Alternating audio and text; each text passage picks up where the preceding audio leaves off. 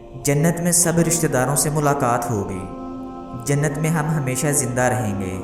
ہمیں کبھی تھکاوٹ یا بوریت نہیں ہوگی، کبھی اداسی نہیں چھائے گی، کبھی نیند کی طلب نہیں ہوگی، ہم کبھی بیمار نہیں ہوں گے۔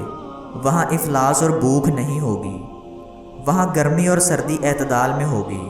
ہمیں کبھی تھوکنا نہیں پڑے گا، قے نہیں آئے گی، ہمارے پسینے سے مشک کی خوشبو آئے گی۔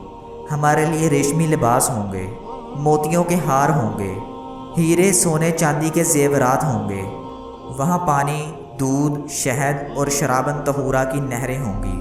ہمارا چہرہ وہاں حسین ہوگا۔ جنتیوں کو حضرت یوسف علیہ السلام جیسا حسن عطا کر دیا جائے گا۔ وہاں اخلاق حضور صلی اللہ علیہ وآلہ وسلم جیسے ہوں گے۔ ہر جمعہ بازار حسن لگا کرے گا، جہاں ہم اپنی مرضی سے اپنی شکلیں تبدیل کر لیا کریں گے۔ وہاں کوئی تنہا نہیں ہوگا، سب کے جوڑے ہوں گے۔ سب کے پاس حوریں اور غلام ہوں گے۔ جو پھل کھانا چاہیں گے بس اٹھائیں اور کھاتے جائیں۔ ہمارے لیے سونے چاندی کے برتن ہوں گے جن میں موتی جڑے ہوں گے۔ ہم وہاں ہمیشہ جوان رہیں گے۔ ہم رسول اللہ صلی اللہ علیہ وآلہ وسلم کے ارشادات عالیہ سنا کریں گے۔ جنت میں ہم اللہ کے تمام انبیاء علیہ السلام کو دیکھ سکیں گے۔ وہاں اصحاب رسول اللہ صلی اللہ علیہ وآلہ وسلم سے ملاقات کر سکیں گے۔